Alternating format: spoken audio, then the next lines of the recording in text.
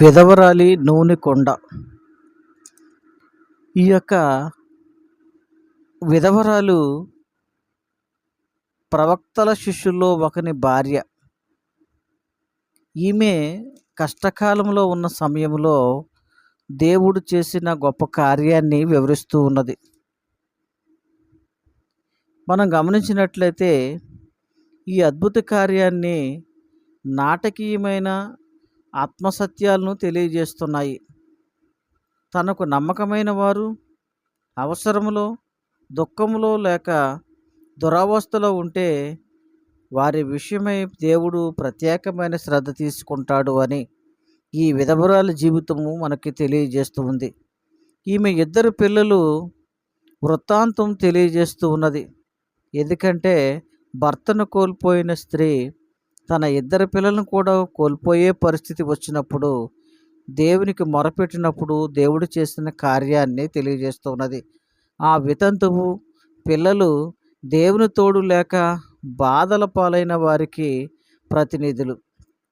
అవసరంలో ఉన్నవారి ఎడల దయచూపటం, వారి విషయంలో శ్రద్ధ తీసుకోవటం దేవుని యొక్క ప్రత్యేకత.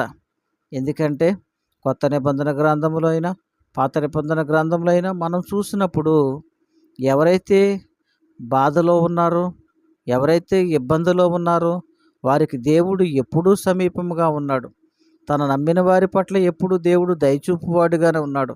పేదల పట్ల, అక్కరలో నున్నవారి పట్ల దేవుడు ఎప్పుడూ ప్రత్యేకమైన శ్రద్ధ తీసుకుంటున్నాడనే సత్యాన్ని ఈ యొక్క విధవరాలి నూనె కుండ ప్రత్యేకంగా తెలియజేస్తూ ఉన్నది. ఎందుకంటే ఒక ప్రవక్త మరణించిన తరువాత, ప్రవక్త శిష్యుల్లో ఒకని మరణం తరువాత తన యొక్క భార్య ఈ రీతిగా మాట్లాడుచున్నది. తన ఇద్దరు కుమారుల్ని తమకు కలిగినటువంటి అప్పును తీర్చటం కొరకు తమ యజమాని తీసుకుపోతాను అని చెప్పినప్పుడు ఆమె భర్తను పోగొట్టుకున్న బాధలో తనకు కలిగినటువంటి ఆ ఇద్దరు కుమారులను కూడా పోగొట్టుకుంటానేమో అనే భయముతోటి ఎంతగానో ప్రార్థన చేసి ఆమె ఎలీషా యొద్దకు వెళ్ళింది. ఎలీషా యొద్దకు వెళ్ళి ప్రార్థన చేస్తూ ఉంది, మొరపెట్టుచున్నది. అయ్యా, నా పరిస్థితి భర్తను పోగొట్టుకున్న పరిస్థితిలో ఉన్నానయ్యా.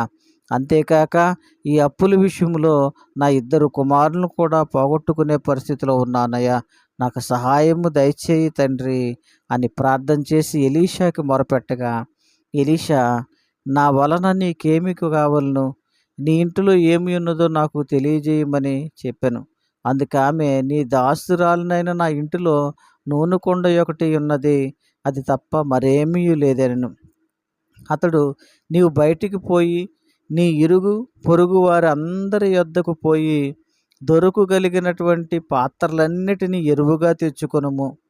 నీకు ఎన్ని పాత్రలైతే ఇరుగు పొరుగు వారి దగ్గర నుంచి వస్తాయో అన్ని పాత్రలు వారి దగ్గర నుంచి బదులుగా తీసుకొనిరా. అప్పుడు నీవును నీ కుమారులను ఇంటిలోనికి వెళ్ళి ఆ కుండలలో ఆ పాత్రలో నూనె పోయము అని చెప్పినప్పుడు ఆమెను ఆమె కుమారులు కూడా ఇంటిలోనికి పోయి ప్రార్థన చేసుకుని ఎలీషా చెప్పినట్లుగా నూనె తన దగ్గర ఉన్నటువంటి ఆ యొక్క కుండలోని నూనెను మిగిలిన పాత్రలో పోయటం ప్రారంభించినది.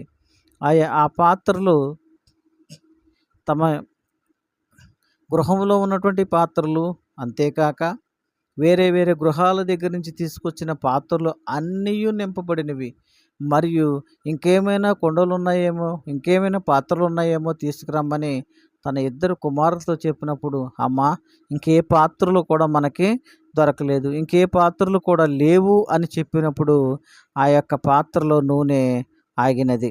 ఈ రీతిగా పాత్రలన్నీ నూనె చేత నింపబడినప్పుడు ఆమె వచ్చి, దైవజనుడా, నీవు చెప్పినట్లే నేను చేసి తిని అని చెప్పినప్పుడు అతడు ఈ రీతిగా మాట్లాడుతున్నాడు, అమ్మా, నీవు ఆ నూనెను అమ్ముకుని అప్పులు తీర్చి మిగిలిన దాంతో నీవును నీ పిల్లలను కూడా సంతోషముగా జీవించండి అని చెప్పాడు. ఈ రీతిగా ఎలీషా చేసినటువంటి, దేవుని పేరట చేసినటువంటి ఈ కార్యము బట్టి మనం ఏమని అర్థం చేసుకోవాలంటే, నీవు దేవుని నమ్ముచున్నావా, దేవుని యందు భయభక్తులు కలిగి ఉన్నావా? నీవు భయభక్తులు కలిగి ఉంటే నీవు నమ్మగలిగితే నమ్మవానికి సమస్తము సాధ్యమే. దేవుడు సమస్తము కూడా చేయగలడు. దేవుడు నీ సమస్యల్ని ఖచ్చితంగా తీర్చగలడు.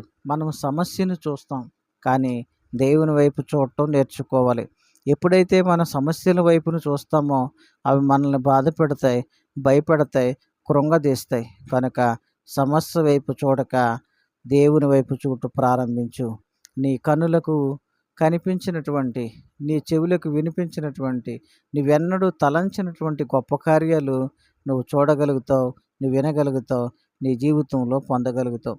ఈ రీతిగా ఈ యొక్క విధవరాలు తన జీవితంలో గొప్ప కార్యాన్ని చూసినది, గొప్ప కార్యాన్ని విన్నది, గొప్ప కార్యం తన హృదయంలో తలంచినది.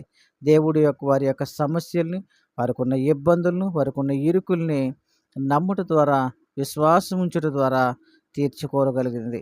నేడు మనము కూడా విశ్వాసం ఉంచితే మన యొక్క సమస్యని నిజముగా దేవునికి మొరపెట్టగలిగితే దేవుడు ఖచ్చితంగా మనకు సహాయము చేస్తాడు.